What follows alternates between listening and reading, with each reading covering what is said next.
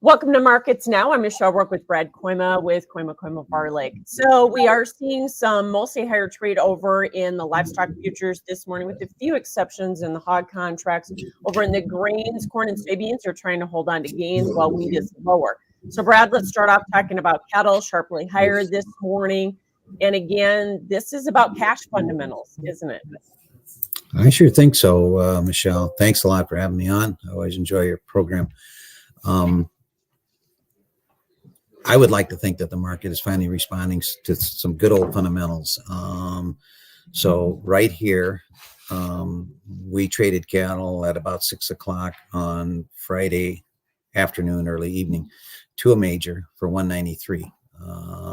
That is the all-time high, and those cattle will die this week. I think, punching them in the mouth here, when you've got leverage, we've talked about it, but leverage that's the difference, guys. I mean, it's when you're tight enough that you can dare to wait, and then still get those new highs. That's $1 higher than last week up here in the north. At the end of the week, it's a great feeling, and it sure is fun. So I think the market responding to that. Plus, look at the severe discount. It's first day of deliveries, which of course there won't be any. There better not be, with the basis the way it is. So you've got some come down rules here of how many longs you can have on, which for me is kind of curious too. Who cares how many longs? The shorts can have a lot of them on, but whatever. So hopefully now, once we get done with some of those, posturing that some of the speculators have to make, that we can get the Junes to catch up here too. There's even been some bids out there, Michelle, for 30 days out. Like as much as 300 in the meat for the week of the 4th. If that's the case, that would correlate to something that's still $8 or $9 above where June cattle are right now. So market feels good to me. I've been saying on your program and anybody else that'll stand still long enough to listen to me that the cattle are not here in the north. One of the guys that one of my best friends in the business used to say, every market begins and ends in Iowa. For now, the supply of cattle here moving forward for the next little while is extremely tight. And I feel that that's the way it is in Northeast Nebraska as well. Yeah. Do you feel like cash will be higher this week then, especially with the tight show list? Yes. Here we hardly have a show list. Show lists around here numbering in the hundreds instead of the thousands. I mean, it's the middle of June. Typically, we'd have 8,000 or 10,000 on a given show list up here, and now there's less than 1,000. So guys are anxious to sell. Futures are telling you to sell. It's at a big discount, right? Cattle have high break evens. These calves actually work just a little bit, and that's what we're selling now, are these big front end calves that came in early. You've got a willingness to move cattle, and that's a great sign. Does this market reminded me of another? It surely does, and that market is 2014. A lot of things feel exactly the same to me as we had then. Yeah. So two flies in the ointment. One, weight still high, but the other one, Commitment of Traders report showed that funds actually exited positions, not added. Is that a concern? Let's start with the fund question first. That surprised me a little bit, although you got enough of a break here that caught the short-term funds willing to give up already. Now, one of my friends from the good old days when we had a floor was very fund oriented. In fact, he did the Goldman Sachs roll, if you guys know what that is. I still talk to him every day. And he still kind of has connections with that fund type community. His feeling is that we have to get actually above 186 with the front month cattle to attract some of these big long-term trend following type funds. So we got a lot of work to do.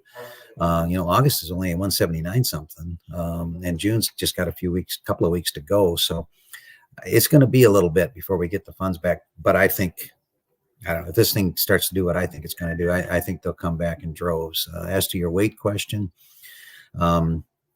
it's been an enigma. It's been very difficult for me to explain. On top of the weight question, look at the choice select spread. That's starting to get wider and wider, which, usually it takes days to make grade. We all know that, right?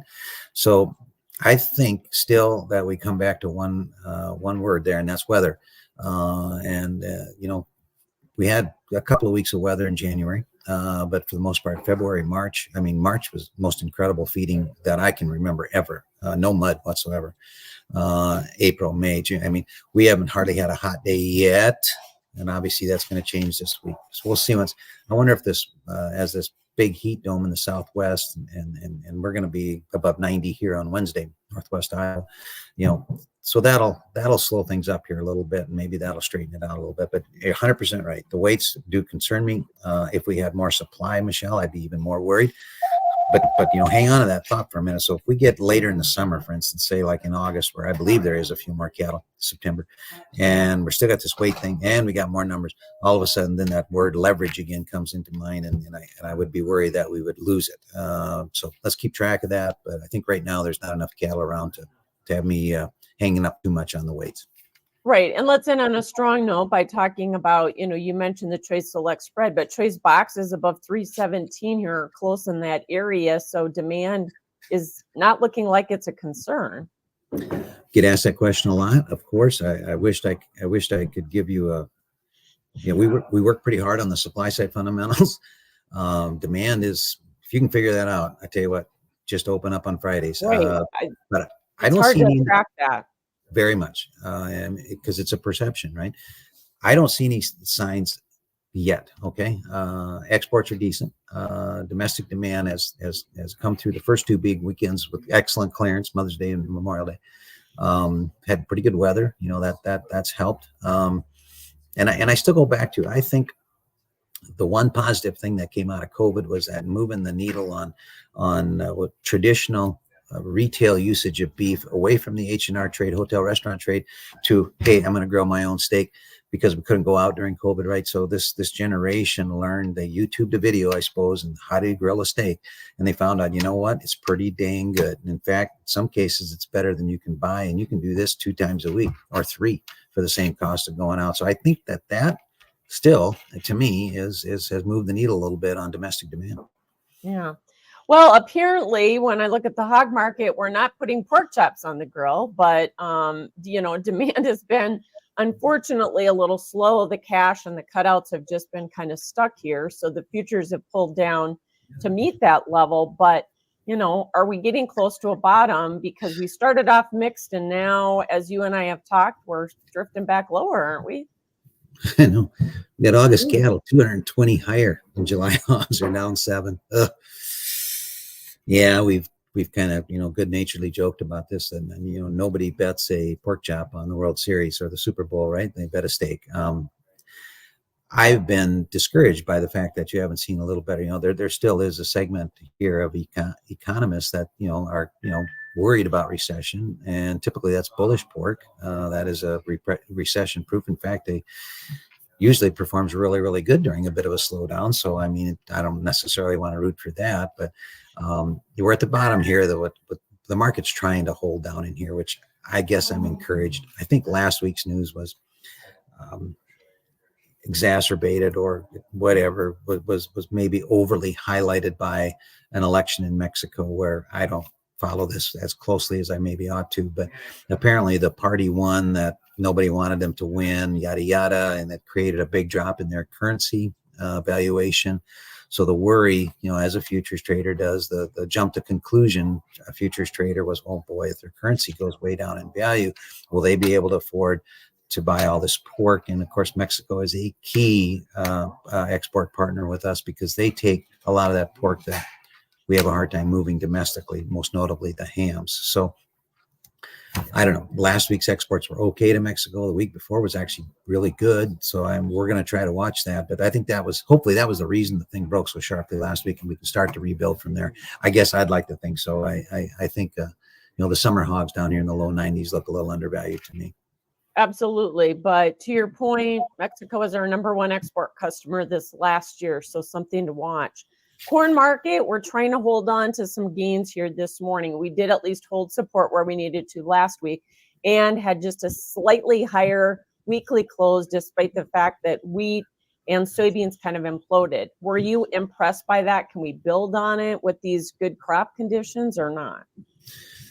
I think you make an excellent point, because when you whip the horse, you had better run. That old statement, the corn market kind of kind of felt like the little engine that could, right? All the markets around them are caps collapsing, you know, and they at least held together and held that support. And I guess I'd like to. I think the corn's. I actually think the beans are okay here for a minute too, but I think the corn is maybe a couple of things. So we got those big crop ratings, right? Okay, those are probably the best of the year. Who's kidding? We know that there's places that are less than ideal, but the market is slow to trade the too wet story. However, the old crop story is starting to emerge as being a little bit better here, and what I'm talking about is exports, the ethanol grind, and basis. All three of those are showing, you know, strength in the basis, good exports. And this grind is at there are different times here in the last month where it's been record, you know, because of the value of what crude oil is. So I guess hopefully the good old crop fundamentals are enough to hold the corn together. We're at the bottom side of what's been a recent trading range here on the corn and the beans both. So I'd like to think we could bounce from here. I am not particularly bullish. We've got enough carry out. It certainly feels like the drought's over. I know there's areas that are too wet. I've got a farm or two that way myself. But the market doesn't seem like it cares about that right now. It's not my fault. Remember 2019. So I guess I'm still in, you know, good rallies I'd sell. December corn, $4.90 to $5 like everybody else. November beans just below $12, probably a spot I would be paying attention to too. Hopefully we catch from here and get a little bounce. All right. Thanks so much, Brad. Brad Kooima with Kooima Kooima Varilek. That is Markets Now.